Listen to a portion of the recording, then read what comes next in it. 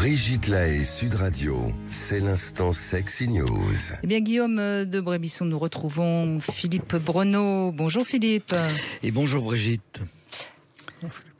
Eh bien, je vais vous parler de la naissance du sexe, parce qu'on peut s'interroger, on parle dans l'émission toujours de nos comportements aujourd'hui, de la façon dont on a du désir, dont on accède au plaisir, mais on peut s'interroger sur le début de la sexualité. Ah, tu veux dire à l'époque de Cro-Magnon? Oh non, moi je dirais chez le tout petit enfant. Ah, chez le petit. Oui, je suis un observateur des tout petits enfants maintenant en ce moment. D'accord. Mais alors tout le monde a en tête une révolution qui a été faite, d'ailleurs on lui a beaucoup reproché, par Freud, c'était il y a un peu plus d'un siècle, 1905, dans ses 3 essais sur la théorie de la sexualité. Bon, il va décrire les stades psychosexuels. Ils sont à peu près juste, enfin le stade oral, le stade anal, le stade phallique. Entre les deux, la période de latence, on sait qu'elle n'existe plus. C'était un effet à l'époque des petits garçons et des petites filles qui étaient séparés. Alors il y avait une vraie latence. Aujourd'hui, on voit, toutes les études montrent qu'il y a une montée progressive qui n'est pas interrompue. Il n'y a pas une latence comme c'était le cas. Mais Freud, lorsqu'il parle même du stade oral, alors il n'y a pas de doute, le petit bébé, il est sur le sein de sa mère, il est dans l'oralité pendant assez longtemps. Mais lorsque Freud en parle, si on reprend le texte, c'est très amusant parce qu'il dit c'est extrêmement précoce la sexualité. Alors on va d'ailleurs lui reprocher, penser que qu'est-ce que vous dites des enfants. Mais il dit on a même observé un enfant de 3 ans, c'est une note dans son texte, c'est-à-dire que lui lorsqu'il parle de très précoce c'est quelque chose qui était de plusieurs années.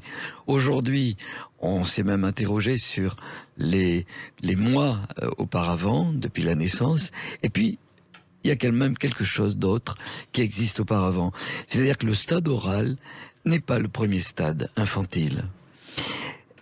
Et notamment, c'est déjà in utero. Il y a des zones érogènes. Pardon. Alors on ne peut pas en parler de la même façon que chez l'adulte, où on est dans la conscience de ces zones, de leur perception, mais on observe des comportements très différents. Il y a des travaux qui existent depuis fort longtemps, mais qui délivrent, semble-t-il, des sensations différentes du reste du corps. Et on observe de nombreux comportements, essentiellement à visée génitale. C'est-à-dire que le bébé va avoir tout un tas de comportements, mais on est très étonné, les gens qui font de l'échographie par exemple, de voir le tropisme vers cette région. En 1992, avec un de mes amis, un grand échographe, Bernard Broussin, on a décrit quelque chose qui a stupéfait tout le monde à l'époque. Il était venu me montrer cette observation et on a fait même, je me souviens très bien, on avait fait le journal de France 2 et de TF1, je sais pas quoi. On ne pouvait plus arriver à consulter parce qu'on nous téléphonait sans arrêt et ce qu'on avait observé, c'est ce que d'autres observaient. Alors, je ne l'ai jamais dit sous ces termes-là, mais c'est ce que l'on pourrait appeler une autofellation. Et je me souviens très bien, mon ami qui vient me voir en disant « Regarde, tu es sexologue, tiens, regarde, c'est extraordinaire. Tu sais, d'abord, premièrement, j'ai été très psychologue, j'en ai pas parlé à la mère. » Et la deuxième chose, il me dit on va rigoler, mais moi je t'ai dit non, ce qu'on va faire, c'est qu'on a pris 30 grands échographistes à l'époque, c'était donc il y a 30 ans, 30 échographistes, des gens qui faisaient plus de 80 échos par semaine, qui avaient beaucoup d'habitude. On leur a donné un questionnaire, c'était eux les observateurs de l'enfant in utero, et on leur a demandé qu'est-ce qu'ils observaient. Et on s'est rendu compte qu'il y en avait 6 parmi les 30 qui avaient déjà observé ça, qui n'en avaient jamais parlé parce que c'est pas facile. On parle pas du sexe, surtout in utero, comme ça, cette autofellation, le bébé. Moi, j'ai quelques photos où il est recroquevillé sur son sexe, et puis petit à petit, il se désengage. Et puis, la plupart avaient observé, il y en a d'autres qui ont dû voir la même chose, ne pas pouvoir ou vouloir y accéder. Et puis beaucoup ont dit mais oui, je vois souvent la main sur le sexe, alors plus facilement sur le sexe masculin parce qu'il y a un appendice et ça se voit. Mais je me souviens d'une réflexion, la réflexion d'un échographiste qui me disait dans cette étude mais oui, parce que souvent quand les parents veulent savoir le sexe, eh bien, je ne le trouve pas parce que quelquefois l'enfant s'est tourné. C'est très simple. Je prends l'épaule, je suis le bras, je trouve le sexe. C'est-à-dire que il y a donc quelque chose qui se passe, mais on ne peut pas parler de sexualité. C'est pour ça que j'ai écrit des tas de choses sur ces étapes-là. Personnellement, j'appelle ça du proto-érotisme, puisqu'on va ensuite parler, après la naissance, d'un auto-érotisme dans les premiers comportements envers soi-même. Dans ce proto-érotisme, c'est plutôt des décharges de motoneurones. C'est-à-dire que pour l'instant, le système essaie de se mettre en marche.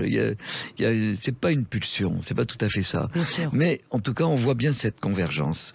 Et je dirais que s'il y a c'est la main, le pied, la bouche, qui sont souvent utilisés in utero pour toucher, pour ce tropisme génital. Il n'est pas exclu, à mon sens, qu'il puisse y avoir, pourquoi pas, des orgasmes. Tout simplement parce que si on regarde les premières observations des enfants, il n'y en a qu'une qui a été faite, parce que Freud, il a fait quelque chose, c'était il y a longtemps, il parle de plusieurs années. C'est Alfred Kinsey, dans son grand travail sur la sexualité des hommes puis des femmes, en 48 et en 1953, il va suivre une dizaine d'enfants pendant 2 ans, des enfants de la naissance à l'âge de 2 ans. Et il observe, en regardant régulièrement, jour après jour, il observe les premières masturbations apparaître plus rapidement chez le garçon à l'âge de 2 mois. Et le premier orgasme qu'il a observé à l'âge de 4 mois. Alors il dit lui-même, il s'agit d'un orgasme. Moi je dirais que c'est comme si ça se passait chez les singes, comme on ne communique pas avec eux, on ne sait pas si c'est un orgasme. Mais il dit ça ressemble totalement à un orgasme chez l'adulte, avec la décharge et puis le relâchement avec tous les comportements qui lui correspondent, à l'exception de l'éjaculation, puisque bien sûr, il n'y a pas encore les hormones. Quoique, il existe un phénomène dont on parle plus beaucoup aujourd'hui, que il y a même pas un siècle, il y a 50, 70 ans, on appelait première puberté. C'est-à-dire qu'il y a, autour de la naissance, garçon ou fille, on le voit très bien chez les petits garçons qui vont avoir des érections pendant quelques jours, c'est-à-dire qu'il y a une espèce de stimulation hormonale, et c'est pas impossible qu'il se passe des choses que l'on ne connaît pas parce que il n'y a pas vraiment de travaux d'observation. Alors ce que je voudrais dire, c'est que dans ces premiers mois, eh bien, où vont apparaître des premiers comportements, après c'est la chaîne de l'auto-érotisme, c'est-à-dire l'apprentissage avec soi, parce que c'est le comportement qui fait le moins peur. Et c'est comme ça qu'on va apprendre tout ce qu'on appelle les réactions sexuelles. On va apprendre à réagir avec soi-même et puis à arriver à cette espèce d'accomplissement qui donnera à la puberté, à l'adolescence, et puis les premières relations avec d'autres, permettre que la sexualité adulte, en tout cas, s'exprime. Mais je crois que c'est extraordinaire de regarder ces comportements qui sont déjà préorganisés et qui laissent la place aux comportements appris, puisque la sexualité, c'est essentiellement de l'apprentissage. En tout cas, c'est intéressant parce que ça montre bien que notre rapport à la sexualité, il est évident, quoi, dès le départ, dès que la vie existe, et c'est bien de le rappeler parce que après, évidemment, il y a toute l'éducation, la culture, les blocages, les inhibitions, mais je crois que c'est ce qui est important aussi, et vous l'avez dit, c'est qu'on n'est pas dans la pulsion au sens adulte du terme. Voilà, on est dans quelque chose dans de la sensation agréable, en fait. Certainement, parce que on voit, et il y a eu des travaux qui l'ont montré, même chez l'enfant, il y a des sensations différentes qui vont être un appel au toucher.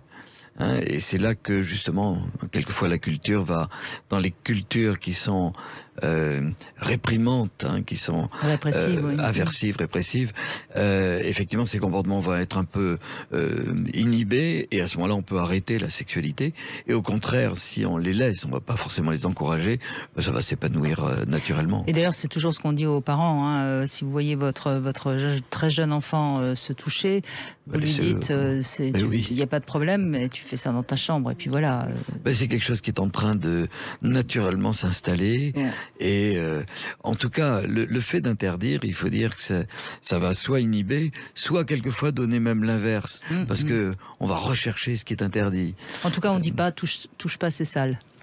Voilà. Déjà. C'est un terme qu'on a tellement entendu, et vous l'avez entendu d'auditrices, c'était surtout les filles, parce qu'on arrête très facilement la sexualité des petites filles par un touche pas, c'est sale. On arrête difficilement celle d'un garçon parce qu'il y a toujours cette espèce de truc qui bouge et qui va bouger. Bon, ça s'inhibe beaucoup moins que la sexualité féminine. Parce que la pulsion sexuelle masculine, elle est quand même, c'est de la sève à l'état brut. Hein. C'est vrai, c'est un petit peu différent. C'est quand même très différent. Quoi qu'on en dise, encore aujourd'hui. Merci beaucoup, en tout cas, Philippe Bourneau. Merci à vous. Et puis je rappelle qu'on vous retrouve dans de nombreux ouvrages, notamment L'incroyable histoire du sexe en bande dessinée aux éditions Les Arènes. Et puis votre roman Taxi Thérapie aux éditions Serge Safran. Taxi Thérapie, ça peut être amusant à lire. Exactement. Et puis vous apprendrez beaucoup de choses aussi sur l'humain. Merci, Brigitte. Merci, Philippe Bourneau.